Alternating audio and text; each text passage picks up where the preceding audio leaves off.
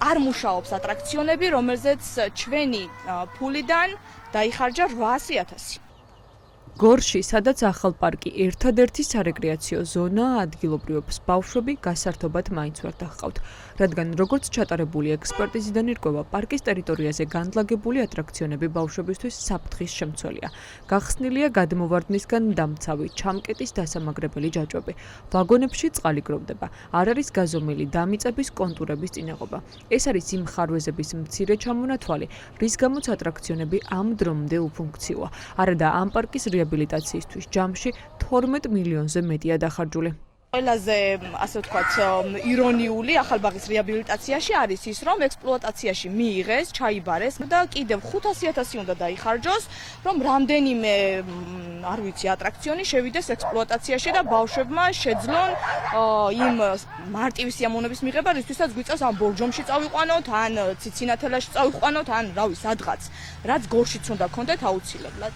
ახალ პარკში განლაგებული ატრაქციონების შესაძინად გორის მერიამ ჯერ კიდევ 2020 წელს 800.000 ლარი გადაიხადა. ისინი კომპანია ინგომ ჩინეთიდან ჩამოიტანა და დაამონტაჟა ისეთ პარკში, რომელიც რეაბილიტაციას საჭიროებდა. პარკის რეაბილიტაცია ატრაქციონების მონტაჟიდან 1 თვეში დაიწყო. 3 წლის განმავლობაში კი ისე მიმდინარეობდა, რომ ატრაქციონებისთვის ყურადღება არავის მიუქცევია. ატრაქციონების შემძენი კომპანია კი სრულ პასუხისმგებლობას გორის მერიას აკისრებს. გაფუჭებული იყიდეს და ამის შედეგად ვერ ამუშავდა თავის დროზე და დღემდე არ მუშაობს. თუ არამუშავების შემთხვევაში გაფუჭდა ეს ატრაქციონები.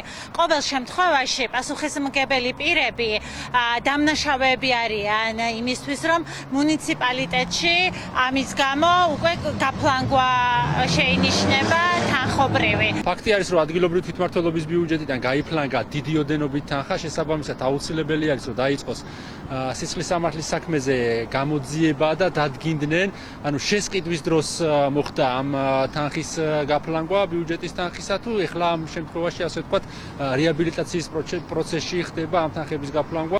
დაუდევრობასა და ბიუჯეტის არამიზნობრივ ხარჯვაზე საუბრობენ ოპოზიციაში. ამბობენ, რომ ახალ პარკის რეაბილიტაცია კიდევ ერთი მაგალითია, როგორ ფლანგავს ადგილობრივი ხელისუფლება ხალხის ფულს.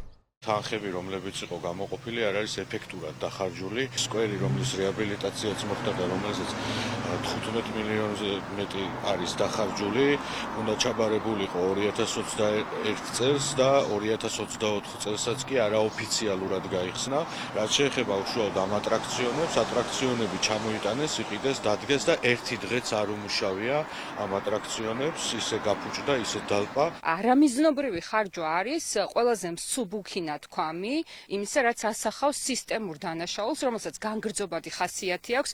ხედავთ 800.000 ლარად შეძენილ ატრაქციონებს, რომელიც უკვე ხედავთ, რომ გაფუჭდა ეს ატრაქციონები და ახლა 500.000 ლარი იხარჯება მათი რეაბილიტაციისათვის. ახალბაღის პროექტი არის ერთ-ერთი მაგალითი იმისა, რომ პირველი ქართული ოცნების ხელისუფლება ფულს იპარავს ბიუჯეტიდან, სპეციალურად უხარისხოდ შესრულებულ სამუშაოებს იბარებს და ხელს აწერს იმაზე, იმიტომ რომ ფული მიითვისონ ბიუჯეტიდან და მეორეს მხრივ ის, რომ ბავშვების სიცოცხლე და მათი უსაფრთხოება არაფრად არ მიაჩნიათ.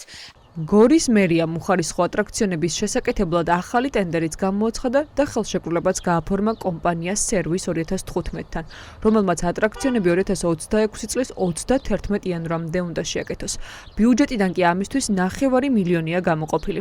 წელს კი მთელი ზაფხული ისე გავა, რომ ბავშვები გორში ახალ პარკის ატრაქციონებით ვერ ისარგებლებენ.